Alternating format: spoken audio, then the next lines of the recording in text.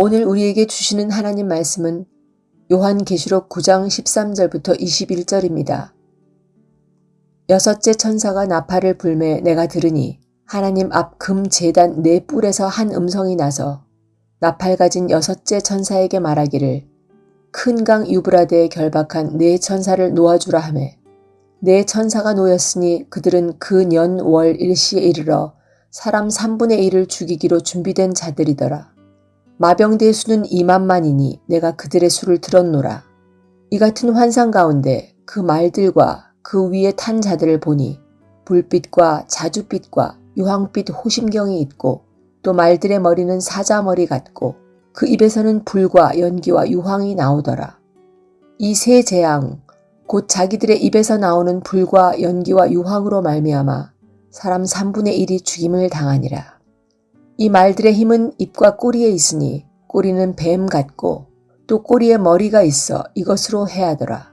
이 재앙에 죽지 않고 남은 사람들은 손으로 행한 일을 회개하지 아니하고 오히려 여러 귀신과 또는 보거나 듣거나 다니거나 하지 못하는 금, 은, 동과 목석의 우상에게 절하고 또 그 살인과 복술과 음행과 도둑질을 회개하지 아니하더라. 아멘. 오늘 본문은 여섯째 천사가 나팔을 부니까 금제단 네 뿔에서 한 음성이 들렸다라고 말씀하고 있습니다.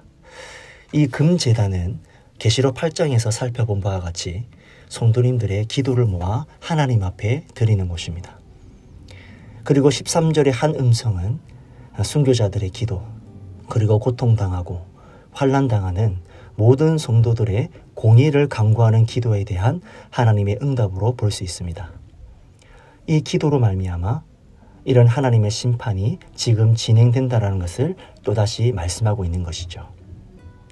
하나님의 주권적이고 하나님의 계획 안에 성도님들의 기도가 포함되어 있다는 것입니다. 그래서 우리가 기도하는 것, 특별히 하나님의 공의를 이루어 달라고 하는 기도는 꼭 필요한 기도입니다.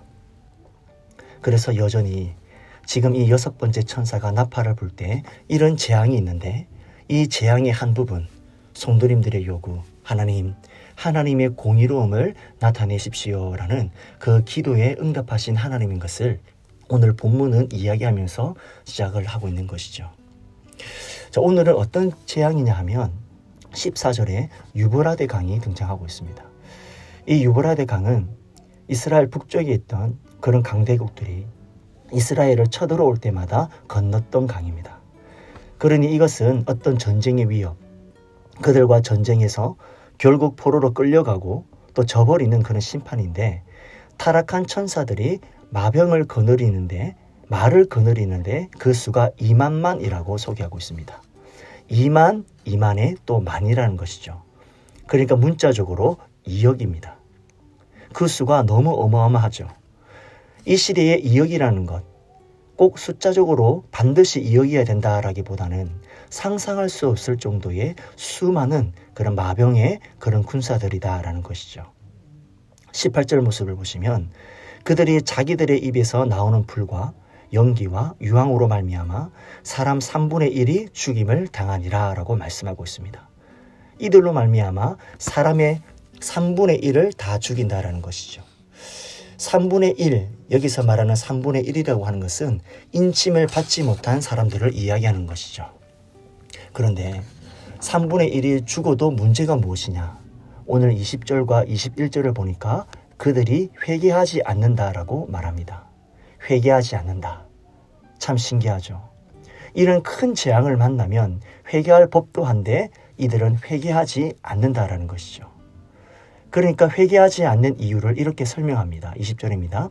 이 재앙이 죽지 않고 남은 사람들은 손으로 행한 일을 회개하지 아니하고 오히려 여러 귀신과 또는 보거나 듣거나 다니거나 하지 못하는 금, 은, 동과 목석의 우상에게 절하고 회개하지 아니하고 오히려 이 재앙에 죽지 않고 남은 사람들 나머지 3분의 2가 그들의 손으로 행한 일을 회개하지 아니하고 오히려 여러 귀신과 또는 보거나 듣거나 다니거나 하지 못하는 금, 은, 동과 또 목석의 우상들에게 절했다라고 말씀하고 있습니다.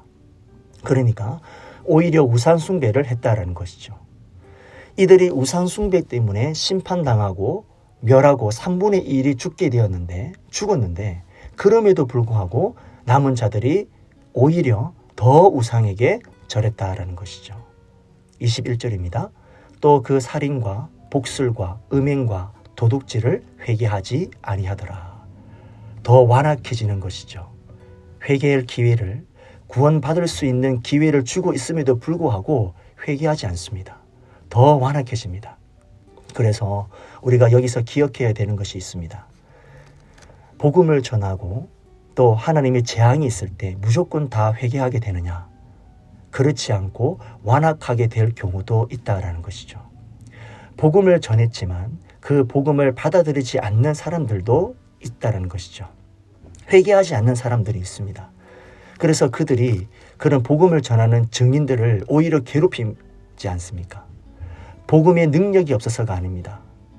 그래서 복음을 전할 때는 두 가지 부류가 있습니다. 한 부류는 복음을 듣고도 절대 믿지 않고 회개하지 않는 부류, 그리고 회개하는 부류가 있습니다. 오늘 이 본문의 강조점은 듣고도 회개하지 않는 사람, 그런 사람이 있다라는 것을 우리가 기억해야 됩니다. 우리가 정말 필요한 것은 정말 민첩하게 회개하는 게 필요합니다. 철저히 회개하는 게 필요합니다. 그래서 하나님 앞에 돌아오는 것이 필요합니다.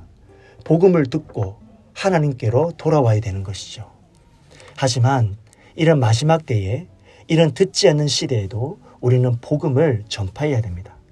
그들이 듣든지 아니 듣든지 우리는 복음을 전파해야 될 사명이 우리에게 있다라는 것이죠.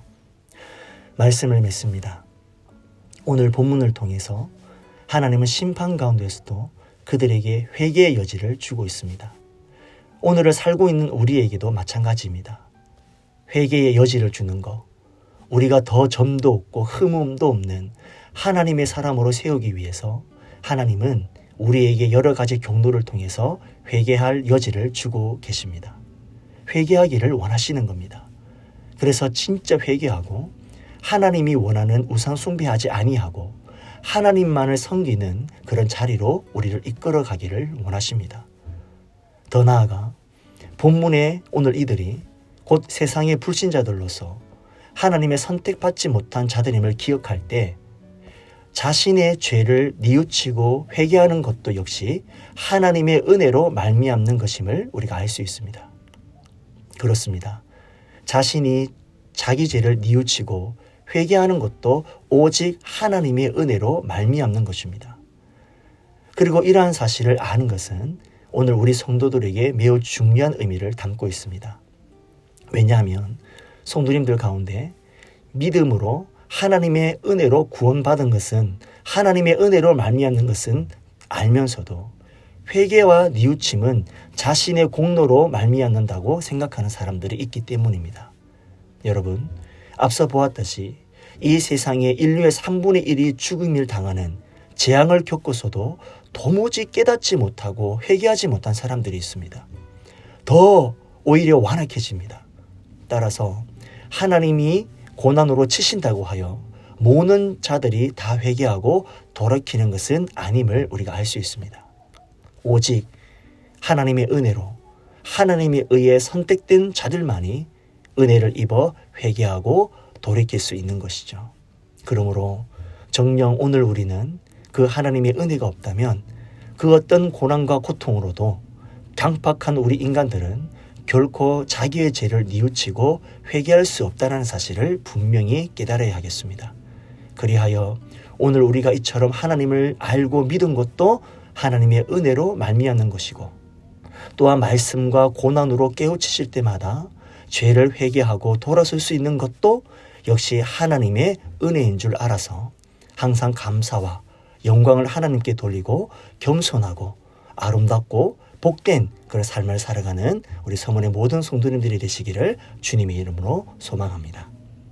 함께 우리 두 가지 기도 제목을 가지고 함께 기도하겠습니다. 첫 번째로, 악은 모양이라도 버리고 겸손히 하나님의 은혜를 바라며 기도하게 하소서.